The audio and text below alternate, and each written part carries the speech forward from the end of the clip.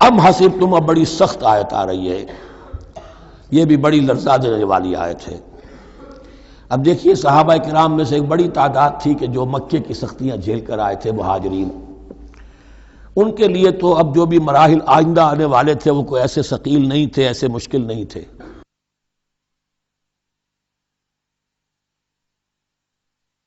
وہ سختیاں تو وہاں نہیں انہوں نے جھیلنی تھی کہ جو کہ مکے میں مہاجرین نے جھیلی تھی، تو اب ان سے ہے خاص طور پر روئے سخن۔ اگرچہ خطاب عام ہے، اور یہ قرآن مجید میں عام طور پر آپ کو ملے گا کہ الفاظ عام ہیں، لیکن آپ اگر دیکھیں گے تو روئے سخن کسی خاص طبقے کی طرف ہے، تو یہاں در حقیقت ان کو بتایا جا رہا ہے۔ ام حسبتم ان تدخلوا الجنہ، کیا تم نے یہ سمجھا تھا کہ جنت میں داخل ہو جاؤ گے؟ ولما یاتکم مثل الذین خلوا من قبلکم، حالانکہ ابھی تک تو تمہارے اوپر وہ حالات و واقعات تو وارد ہی نہیں ہوئے جو ان پر ہوئے تھے جو تم سے پہلے تھے۔ مستہم الباساء، انہیں آ لیا، پہنچی ان کو سختی بھوک کی، والضراء، اور تکالیف، وزلزلوا، اور وہ ہلا مارے گئے، حتی یقول الرسول والذین آمنوا معہ متی نصر اللہ، یہاں تک کہ پکار اٹھا وقت کا رسول اور جو ان کے ساتھ اہل ایمان تھے، کب آئے گی اللہ کی مدد، الا ان نصر اللہ قریب، اب انہیں یہ خوشخبری دی گئی کہ آگاہ ہو جاؤ، اللہ کی مدد قریب ہے۔ یعنی اللہ آزماتا ہے، یہ وہی بات ہے جو اس سے پہلے آ چکی ہے 19ویں رکوع میں بالکل شروع میں، وَلَنَبْلُوَنَّكُمْ بِشَيْءٍ مِّنَ الْخَوْفِ وَالْجُوعِ وَنَقْصٍ مِّنَ الْأَمْوَالِ وَالْأَنفُسِ وَالثَّمَرَاتِ، ہم لازماً آزمائیں گے۔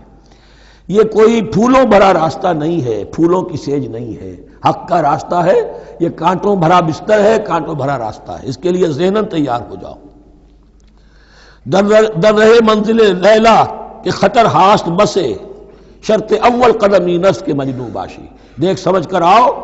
ام حسبتم ان تدخلوا الجنۃ ولما یاتکم مثل الذین خلوا من قبلکم مستهم الباساء والضراء وزلزلوا حتى يقول الرسول والذین آمنوا معه متی نصر اللہ الا ان نصر اللہ قریب۔ یہ آیت پھر مسلمانوں کو، صحابہ کرام کو سورہ صف میں یہ خوشخبری سنائی گئی، جبکہ غزوہ احزاب واقع ہو چکا تھا اور شدید ترین امتحان سے محمد الرسول اللہ اور ان کے صحابہ گزر چکے تھے کامیابی کے ساتھ، تب انہیں خوشخبری دی گئی ہے۔ سورہ صف اس وقت نازل ہوئی ہے، وَأُخْرَىٰ تُحِبُّونَهَا نَصْرٌ مِّنَ اللَّهِ وَفَتْحٌ قَرِيبٌ، اب تمہارے لیے وہ خوشخبری ہے، اے نبی بشر المومنین، اپنے اہل ایمان ساتھیوں کو بشارت دے دیجئے کہ اب وہ وقت آ گیا ہے کہ اللہ کی نصرت کے دروازے کھلتے چلے جائیں گے۔ یسألونک ماذا ینفقون، یہ آپ سے پوچھ رہے ہیں کہ وہ کیا خرچ کریں، جو انفاق کے لیے کہا جا رہا ہے کیا خرچ کریں، تو انسان جو بھی بھلائی کے لیے خرچ نکالے اس میں سب سے پہلا حق ان کا ہے۔ قل ما انفقتم من خیر، کہہ دیجیے جو بھی تم خرچ کرو خیر میں سے، دولت میں سے، مال اسباب میں سے، فللوالدین، سب سے پہلا جو حق ہے وہ والدین کا ہے، والاقربین، اور رشتہ داروں کا ہے، والیتامى، اور یتیموں کا ہے، والمساکین، اور محتاجوں کا ہے، وابن السبیل، اور مسافر کا ہے، وما تفعلوا من خیر فإن اللہ بہ علیم، اور جو بھی خیر تم کماؤ گے، جو کام بھی اچھا کرو گے، جان لو وہ اللہ کے علم میں ہے۔ یہ ضرورت نہیں ہے کہ دنیا واقف ہو اس سے، تمہیں اگر اجر اللہ سے لینا ہے تو اللہ تو رات کے اندھیرے میں بھی دیکھ رہا ہے، اور تمہارے داہنے ہاتھ نے جو کچھ دیا ہے بائیں کو پتہ نہیں چلا تو اللہ کو تو پھر بھی پتہ چل گیا۔ اب یہ سخت آیت اور آ گئی، کتب علیکم القتال، اب میں نے کہا تھا نا کہ یہ لڑیاں جو ہیں چونکہ بٹی ہوئی ہیں تو ایک لال اور ایک پیلی اور ایک ہری اور ایک نیلی، تو یہ نظر آتی ہے ایک طرف سے کہ کٹے ہوئے ہیں رنگ، ان کو کھول دیں گے تو ہر لڑی مکمل ہو جائے گی، ایک گویا کہ تسلسل ہے۔ کتب علیکم القتال وہو کرہ لکم، مسلمانوں اب تم پر جنگ فرض کر دی گئی ہے اور وہ تمہیں گراں گزر رہی ہے۔ یہ مضمون اصل میں اس سے پہلے سورہ محمد نازل ہو چکی ہے اور اس میں قتال کی فرضیت آ چکی ہے، اس کا نام سورۃ القتال بھی ہے، لہذا اب اس کے حوالے سے کچھ لوگ جو ہیں وہ پریشان ہو رہے تھے، اور میں نے آپ سے عرض کیا تھا منافقین بھی یہی کہتے تھے کہ بھائی صلح جوئی سے کام لو، بس دعوت و تبلیغ کے ذریعے سے لوگوں کو ٹھیک راستے پر لاؤ، یہ جنگ ونگ جو ہے، لڑائی بھڑائی، اس میں تو بہت خرابی ہے، یہ کوئی اچھا کام تو نہیں ہے۔ اب یہاں یہ ہے کہ فرض کیا جا رہا ہے اللہ کی راہ میں جنگ کرنا، تو اس حوالے سے کہا جا رہا ہے، تو اس میں جہاں منافقین کہتے تھے، جن مسلمانوں کا ایمان قدرے کمزور تھا وہ منافق تو نہیں تھے، لیکن یہ کہ ایمان اتنا پختہ نہیں تھا، ابھی تازہ ایمان لائے تھے، مدینے کے اندر ابھی وہ ایمان لائے ہیں، ان کی تربیت کے مراحل ابھی گزرے ہی نہیں ہیں، تو ان میں سے بھی بعض لوگوں کے دلوں میں اب انقباض پیدا ہو رہا تھا۔ کتب علیکم القتال وہو کرہ لکم، تم پر، اب دیکھیے کتبہ کا لفظ آ گیا ہے، کتب علیکم الصیام، کتب علیکم القصاص فی القتلى، کتب علیکم اذا حضر احدکم الموت ان ترک خیرا الوصیہ، وصیت کا حکم آیا کتبہ، روزے کا حکم آیا کتبہ، اسی طریقے سے فرضیت قتال ہے۔ کتب علیکم القتال وہو کرہ لکم، وہ تمہیں بری لگ رہی ہے، وعسیٰ ان تکرہوا شیئا، اور ہو سکتا ہے کہ تم کسی شے کو ناپسند کرو، وہو خیر لکم، ذرا حالے کہ اسی میں تمہارے لیے خیر ہو، وعسیٰ ان تحبوا شیئا وہو شر لکم، اور ہو سکتا ہے کہ تم کسی چیز کو پسند کرو ذرا حالے کہ وہ تمہارے لیے شر ہو، واللہ یعلم وانتم لا تعلمون، اللہ جانتا ہے تم نہیں جانتے۔ تم اپنی عقل پر ایمان نہ رکھو، تم اللہ کی وحی پر ایمان رکھو، تم اللہ کے رسول پر ایمان رکھو۔ جس وقت کے لیے جو حکم موضوع تھا اس وقت وہ حکم تھا، کفو ایدیکم، 14 برس تک تمہیں قتال سے منع کیا گیا، اب فرض ہو رہا ہے قتال، اب تمہارے لیے لازم، وقت کا جو ہے امر الحال کو پہچانو۔ اللہ تعالی واللہ یعلم وانتم لا تعلمون، یسألونک عن الشہر الحرام قتال فیہ، اب جب جنگ کا حکم شروع ہو گیا تو اب وہ پوچھتے تھے کہ یہ جو مہینے حرمت والے ہیں، حج کا ہے، عمرے کا ہے، تو اس میں جنگ کرنا کیسا ہے؟ اس لیے کہ سیرت میں یہ واقعہ آتا ہے، وقت نہیں ہے تفصیل سے میں بیان کر سکوں، کہ نخلا کی وادی میں ایک مقابلہ ایسا پیش آ گیا تھا کہ وہ رجب کا مہینے کا بھی دن تھا، اور اس میں ہی کوئی قتال ہو گیا، مسلمانوں کے ہاتھوں ہوا یا مسلمانوں کے اوپر ایسی سچویشن ہو گئی کہ انہیں مجبوراً وہ کام کرنا پڑا۔ اس پر شور اٹھا دیا، دیکھو ان لوگوں کا کیا حال ہے، بنے پھرتے ہیں اللہ والے، رسول والے، دین والے، آخرت والے، اور ان کا حال یہ ہے کہ یہ حرمت والے مہینے کے انہوں نے بٹا لگا دیا، اس میں جنگ کی ہے۔ یہ اصل میں ان حضرات کی طرف سے گویا کہ اللہ تعالیٰ اپنے ان مومن بندوں کی طرف سے خود صفائی پیش کر رہے ہیں۔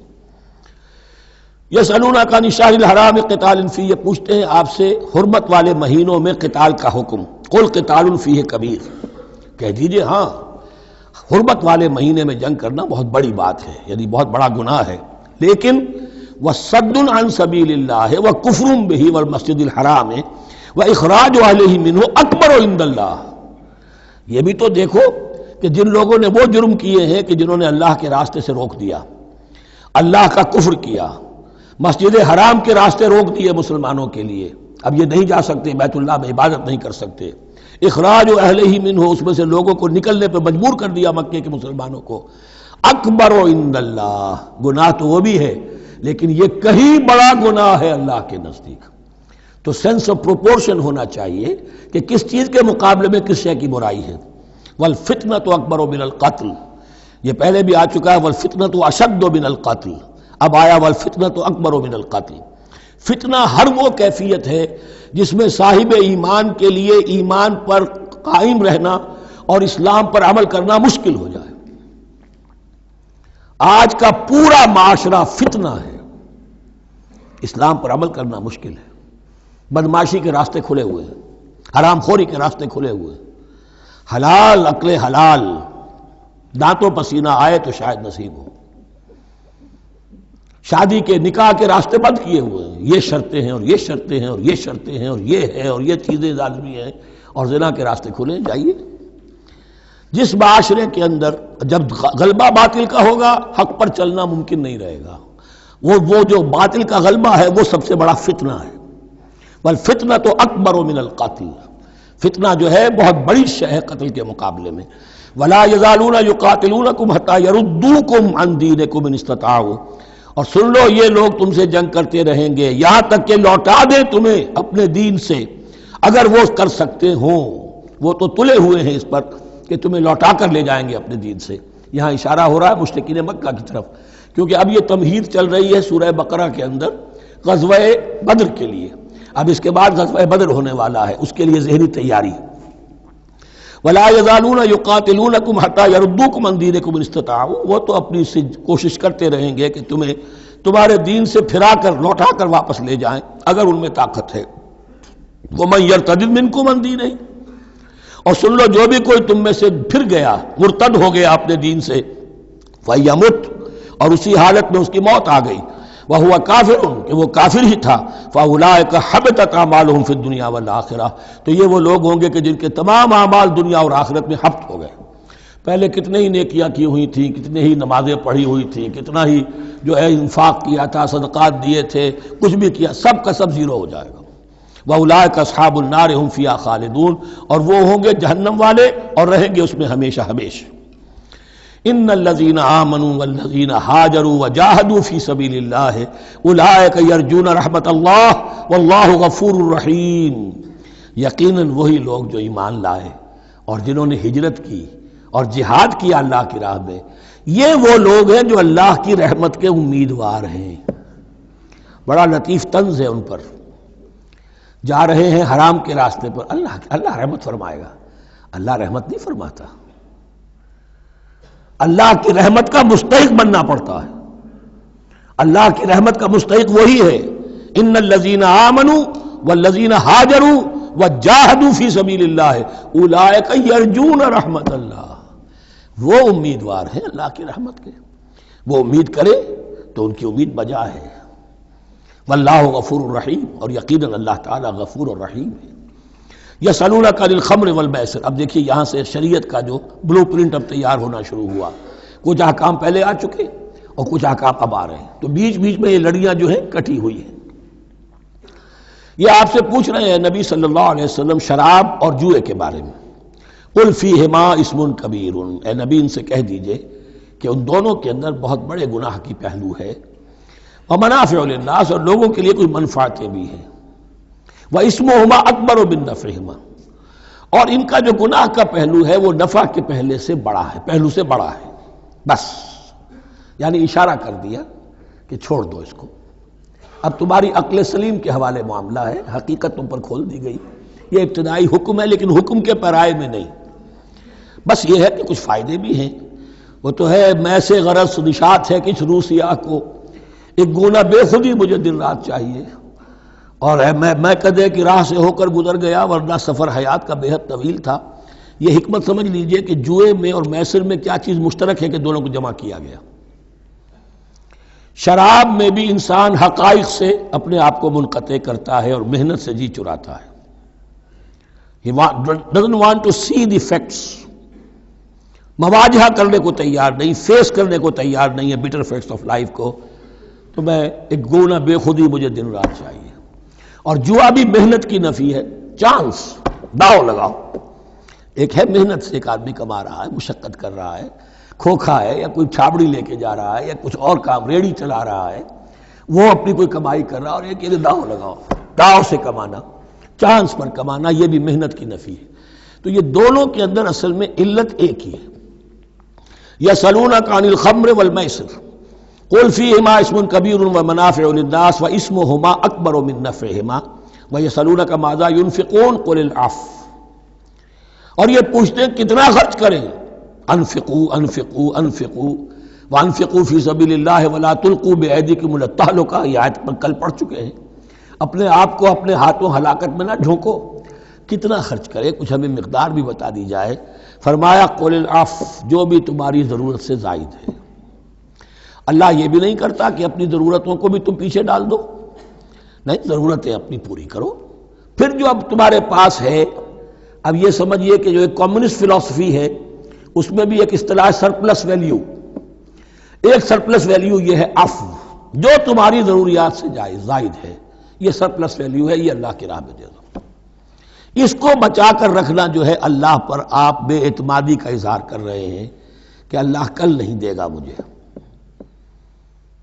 میں بچا کے رکھوں۔ یسألونک ماذا ینفقون قل العفو، لیکن اس میں یہ ہے کہ ضرورتیں کتنی ہیں، کیا ہے، اس کا کوئی پیمانہ مقرر نہیں کیا۔ یہ ہے باطنی روح جس کے اندر اللہ کی محبت اور آخرت کا ایمان بڑھتا جائے گا، وہ اتنا ہی اپنی بیلٹ ٹائٹ کرے گا، اپنی ضرورتیں کم کرے گا، اپنے معیار زندگی کو پست کرے گا، اور زیادہ سے زیادہ جو ہے وہ اللہ کی راہ میں دے گا۔ لیکن اصول یہ ہے کہ ہر شخص یہ دیکھے کہ جو میری ضرورت سے زائد ہے اسے میں ریٹین نہ کروں، اسے میں دے دوں۔ اس انفاق پر پورے 2 رکوع آگے آنے والے ہیں سورہ مبارکہ میں۔